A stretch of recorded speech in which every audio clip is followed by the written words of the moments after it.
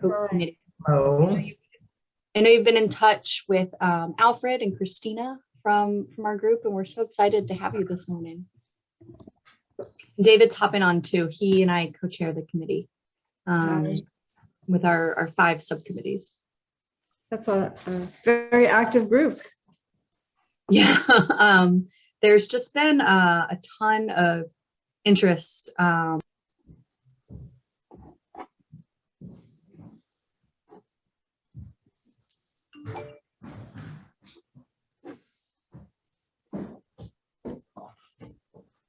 And David, I'll pull up the presentation for the second half too. Those slides. And I've got the agenda, well, the meeting notes version of the agenda. I'm just writing down all the attendees right now. on this.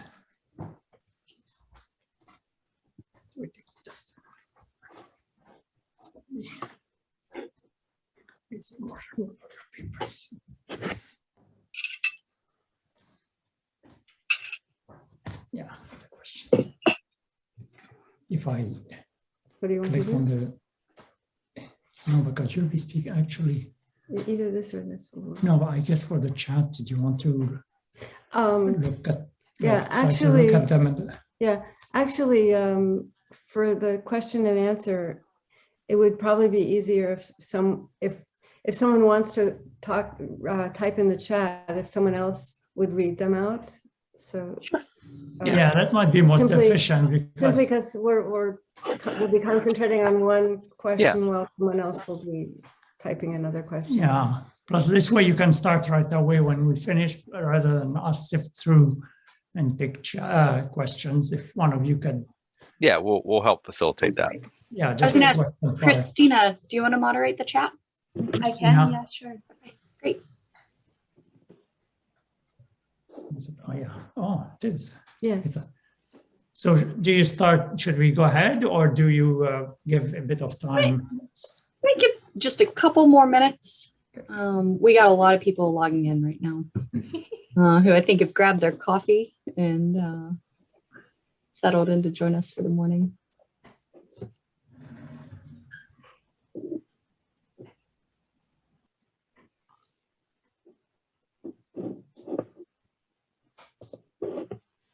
By the way, good to talk to people in Philly since I lived there for 2.5 years long ago. So, Oh, what neighborhood were you in?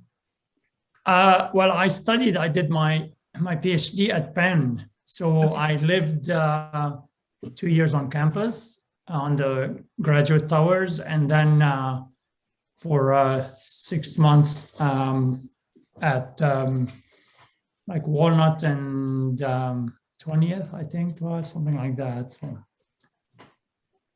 yeah, good memories, and look forward to visiting again.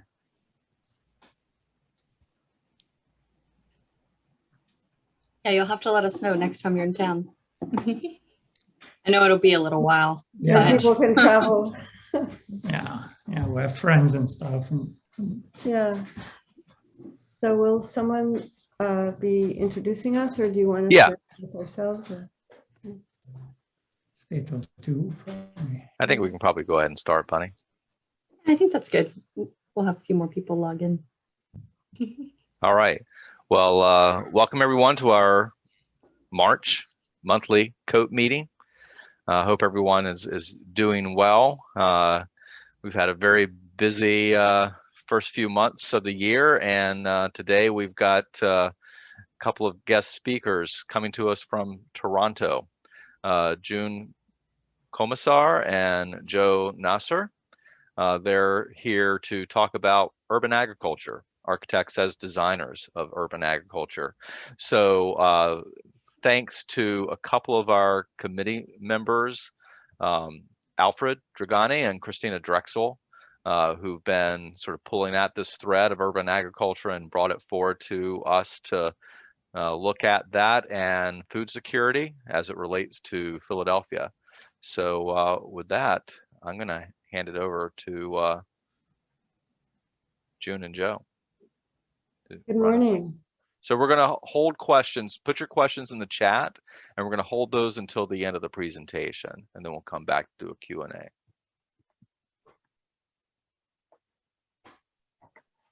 So thank you for inviting us to speak to you this morning.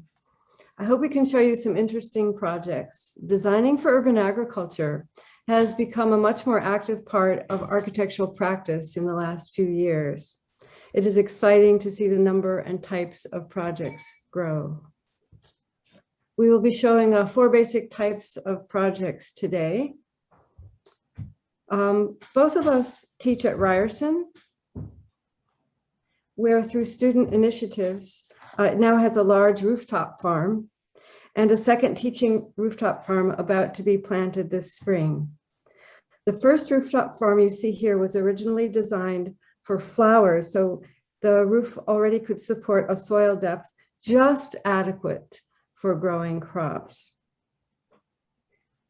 Unfortunately, the roof was not designed with an adequate perimeter fence or wall to allow anyone on the roof without specialized roof safety training, which meant that their early practice of allowing volunteers there to learn about gardening was not really legal, but it has been retrofitted during the pandemic.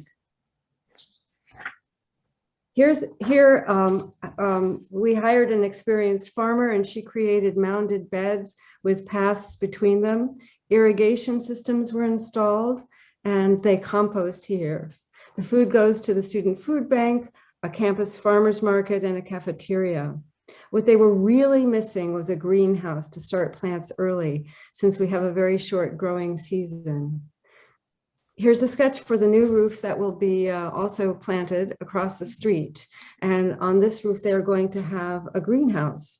The building was already under construction when this roof was planned for the garden, and the elevator was already specified. So it was too expensive to change to add a story to the elevator. And they were struck with a mechanical penthouse, as you can see that round structure in this sketch. A mechanical penthouse, but no elevator to transport plants down and soil up to this part of the building. But here you can see the gardeners, the farmers sitting under a shade structure for teaching as they tour their new space. This image shows both rooftop farms, the new one almost completed, and the old one in the distance. So while some gardens are for production or teaching or both, this one is a showcase garden that Curtis Jackson, 50 Cent, paid for his home neighborhood in New York City.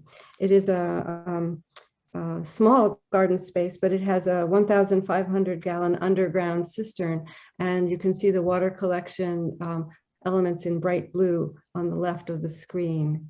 Here is a diagram, a section of the cisterns and the steel rainwater funnels.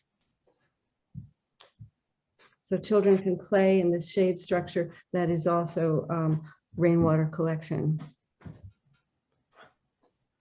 Lafayette Greens is an example of a park design with primarily edible landscaping and a bold design to provide much more than food production. It's my favorite example of using basic programmatic elements such as a tool shed as a design feature.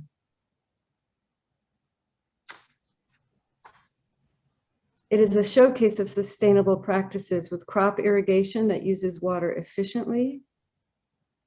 And a diagonal path through the garden encourages people to cut across and enjoy the space while walking through the city.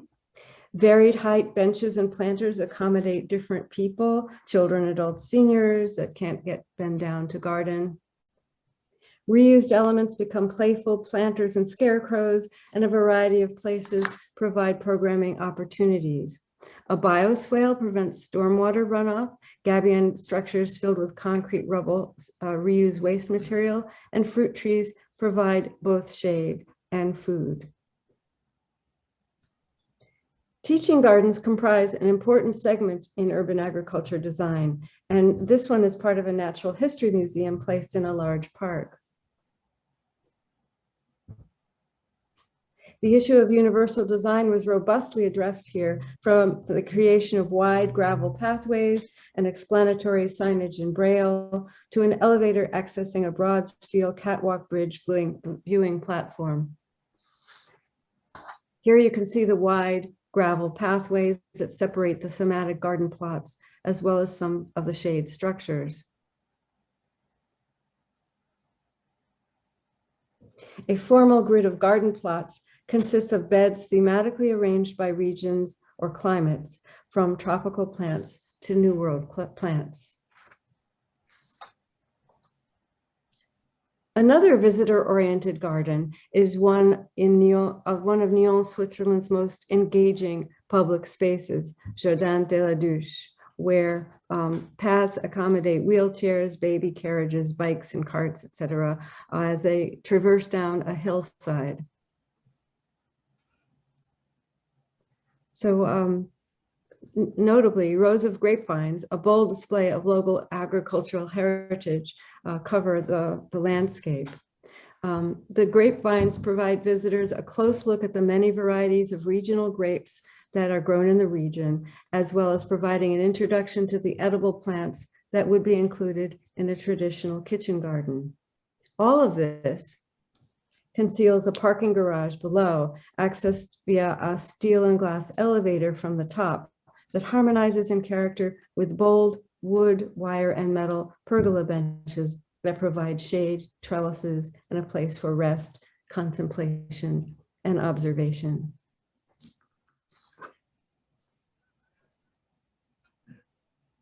And with that, I will hand things over to Joe now. Do we know? Or, Yes. So most of the cases so far have involved designing for public spaces and for mostly ground level projects. The next project in Paris is sort of a hybrid between the two.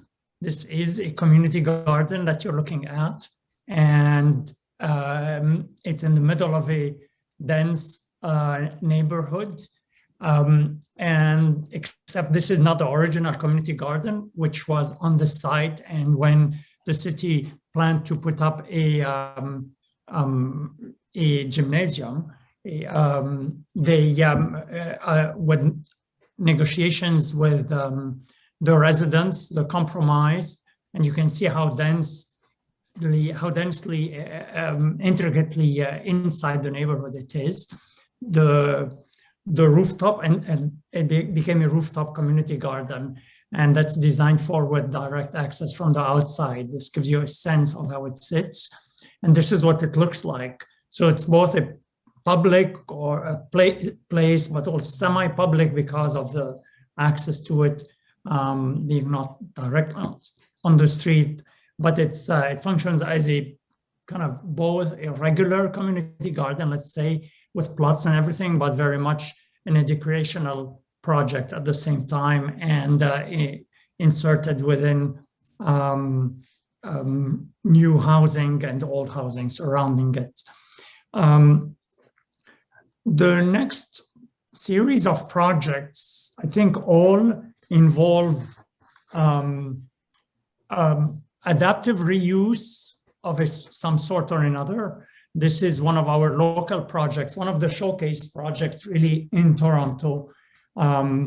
It's the former, you see on the left drawings, there were former streetcar repair barns in the middle of a neighborhood, and they had long sat empty, and with a lot of controversy and debate on what to do. The compromise was to save them, but also to create a new park. And the buildings became multifunctional uses, environmental groups, arts groups, and so on, and a community food center at the heart of it. And these are elements of the community center part. So a major greenhouse that's one of the vital suppliers of seedlings At this time of year, it must be planted like crazy. They supply many community centers, many community gardens around the city are supplied from here. The community kitchen and one of the indoor space for one of the largest farmers markets in the neighborhood. And outside, one of the sheds was partially taken down and partially kept open, and it serves as a semi-enclosed space where the outside market takes place. But also you'll see to the right side, and you'll see it better in a second, you have a series of plots that a different cultural group plants every year. At a much smaller scale in Montreal, and there are other good examples that could have chosen from Montreal, but we chose this relatively small one, which is basically, it's a demonstration house of green design of all sorts of features of a rehabbing. You're looking at the house on the right side with the stairs, and it's obviously you cannot read all of this. What gives you all of these are different green design features, and so they include literally it's from the roof to it's basically a cycle, including a food cycle from the roof to the basement. And here you have a couple of details of what, including one of what they had to do to reinforce the adaptation to provide insulation, but also enough depth to put up a green roof. And this is what it looks like. And this is how it functions, an actual plantable green roof above the residence. Very different scale, and the other side of the world is a project that we visited in Bangkok. And actually the last two projects we're going to show are both on top of shopping centers, of all things. But they are very different from each other. This is a very highly designed rooftop educational project. This entire thing is a mall and kind of multiple building structures. You can see a series of green roofs, and the one on the right is the one that was transformed into a basically demonstration center for urban agriculture associated with one of the major universities. It's very much downtown, so it's like a 7-story shopping mall. And this is what's on top of it. And this is one example of the communication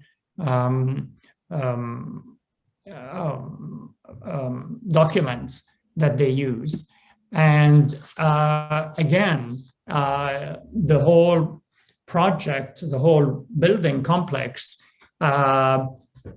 has a whole variety of green infrastructure built into it.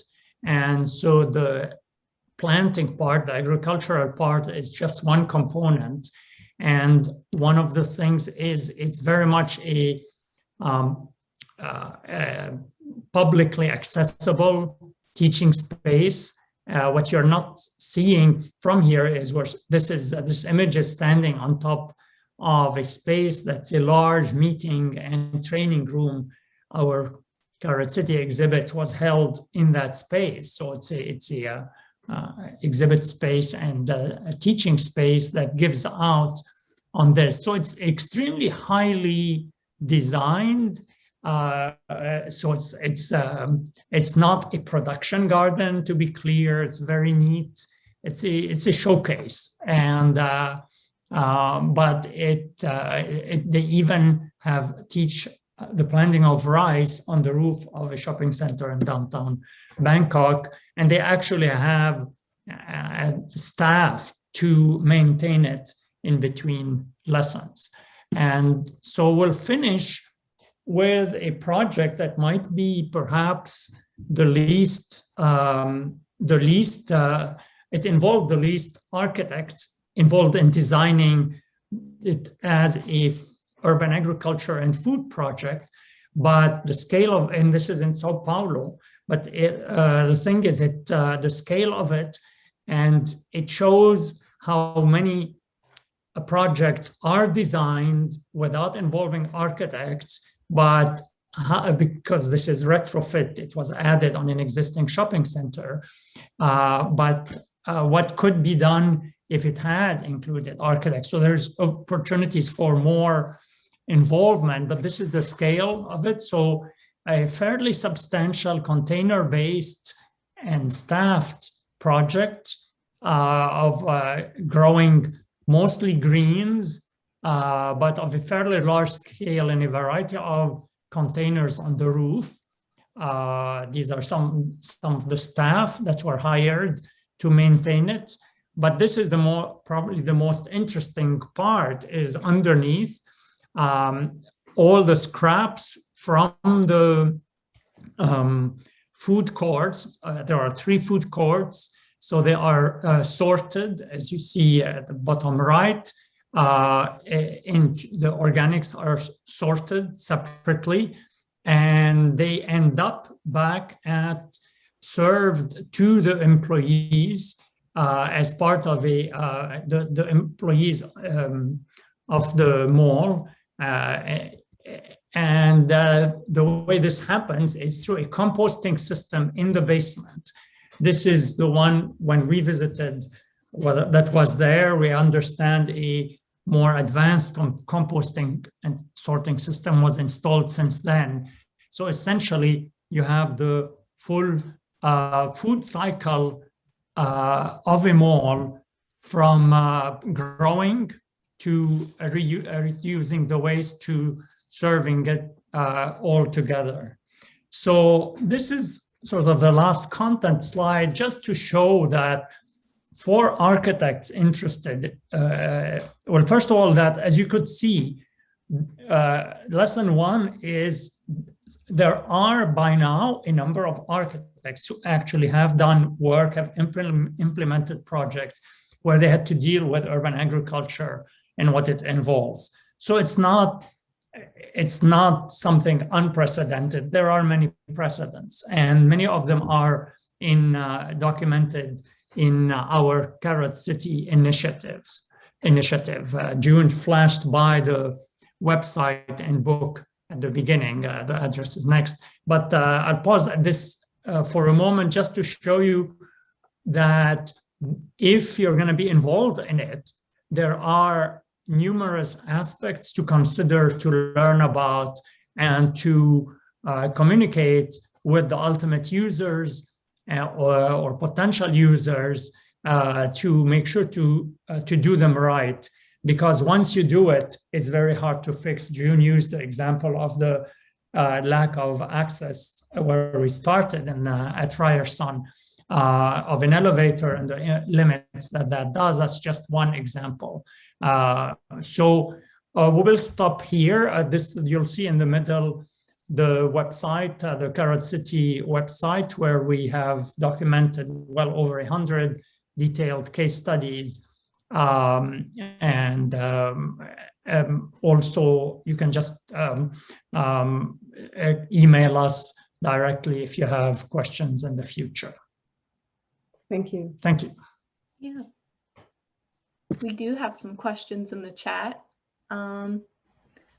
The first question was from Frank Sherman, who is asking specifically, I think, about the Ryerson garden and how many crop rotations your farm gets per year. Yeah, I mean, actually, it's become a real experimental site for growing techniques. Essentially, they're applying like permaculture principles, and the first thing they had to do, and they have to continue to do because it's on the roof, is to build up the soil. And so they had to do it carefully in a way to considering the weight and so on. So they're communicating with the university and so on. But essentially they created a series of big rows or like sectors. You saw the colors in them. And so each one, they would have a different type of crops or group of crops that they choose carefully together. And then they rotate them between years. So it's one. There's a brachia section that rotates 5 rows down every. Right. So it's they're learning more and more, and they've become a real training center.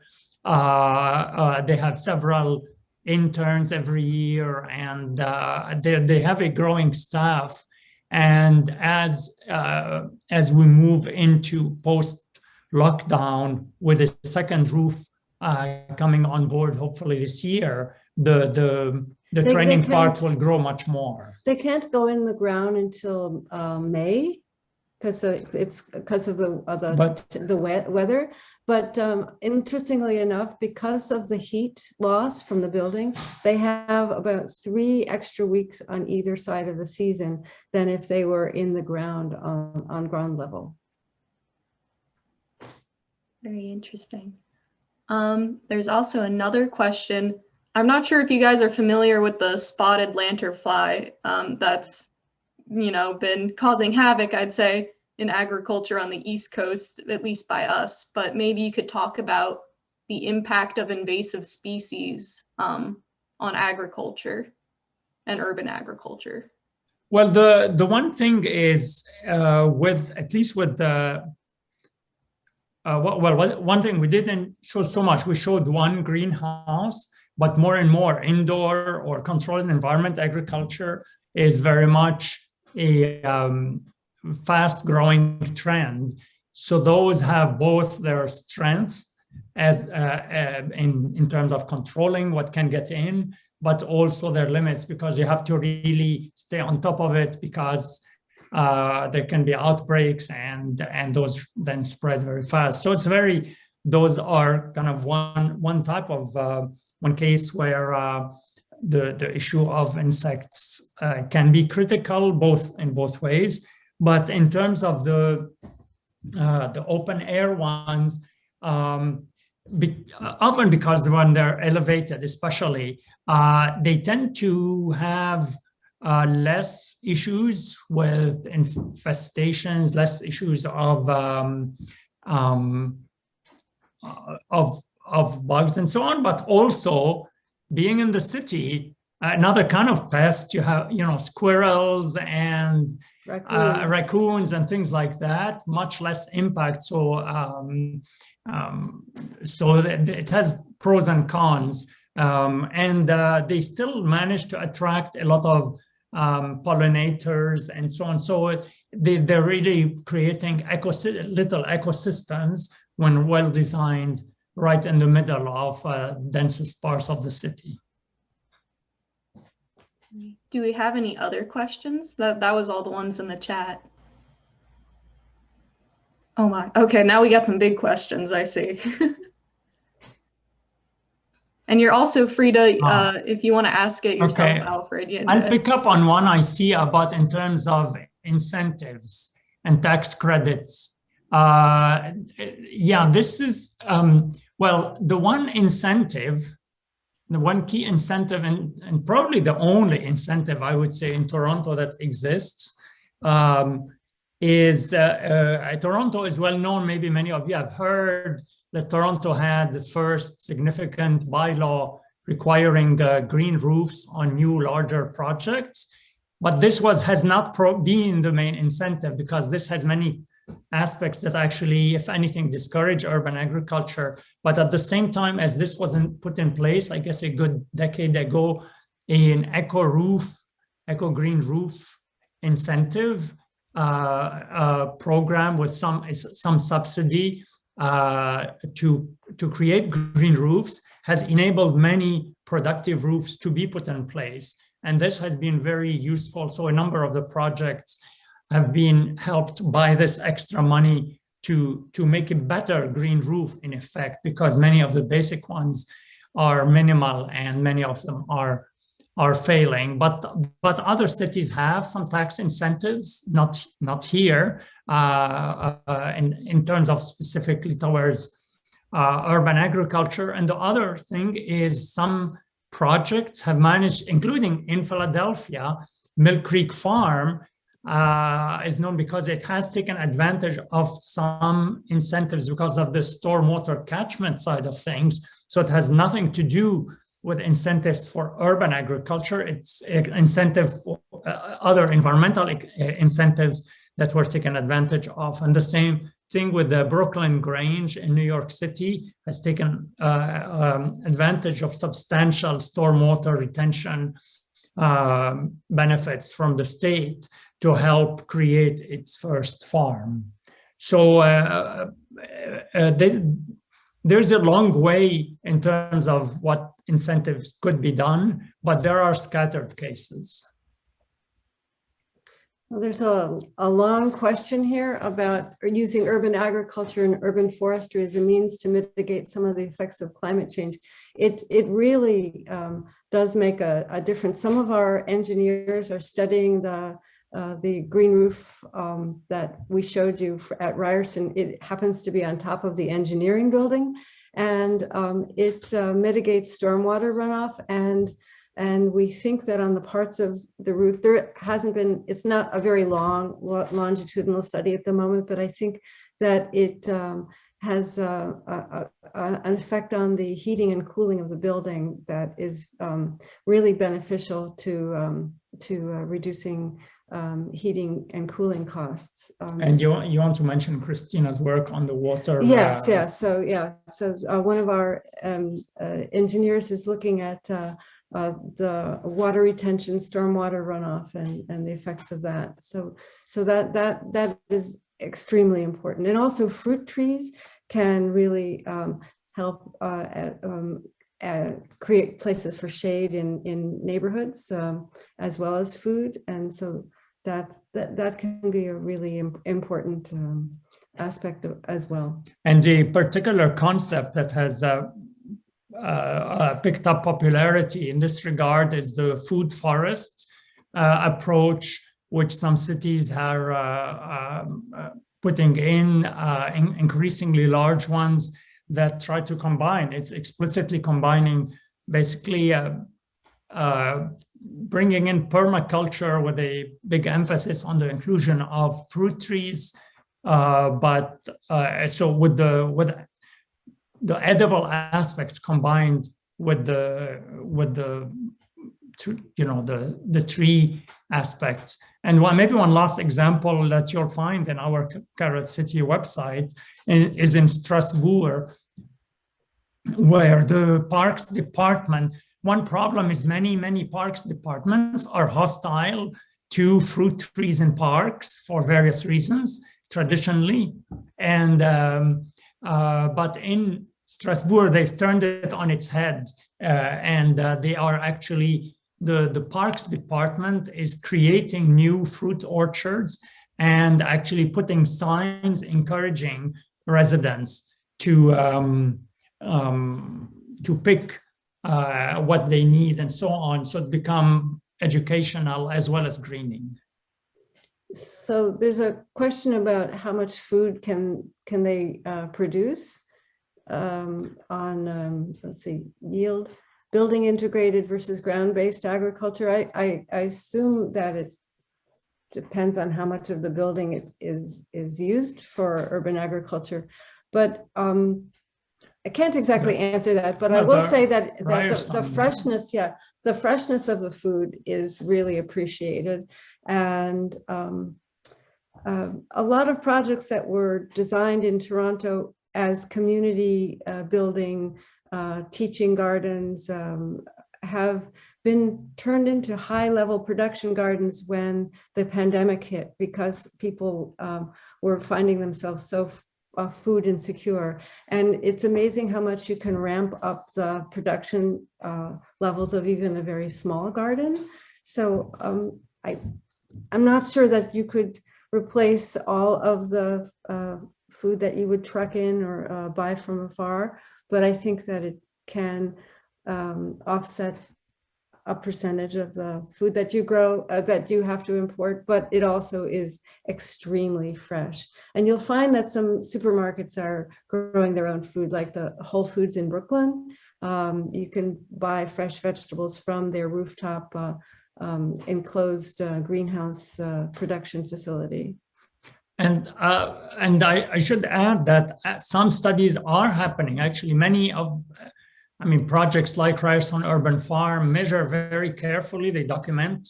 And so last year's season, they was messed up, so they didn't have proper production. But previously they had actually grown 10,000 pounds, I think, from that roof over the season. So they are not negligible numbers at all. Also one PhD student who looked at community gardens in Paris and Montreal found that in terms of know-how and ability to produce, the better community gardeners were producing comparatively or higher than the levels that are typically done by the commercial vegetable and farmers in that area. So the potential is actually very significant, but most people are not doing for that purpose. Most doing it are not, they're not doing it for maximum, or it's mostly for the other benefits in most cases, but it should not be underestimated. So there's a question about Loofah Farms in Montreal. We have toured. I'm sorry, because we have to move on to our meeting, but Okay. I know we have an overwhelming amount of interesting questions in the chat, and I'm sure we'll have, I think we've provided your email so we can have people email you their questions directly. And we really, really appreciate you coming and presenting to us. Well, thank you. And we were a bit overwhelmed by the questions ourselves, but it was really nice to talk with all of you and have a really great meeting. Thank you. Yeah, and I day. see more questions coming, but when I know. we email them to We might us, need you to come can- back at some point. yes. Sure. And we can Have a collect nice those and send them day. along. Okay, Bye. thank you. Thank you so much. Bye-bye. Yeah, thank you all.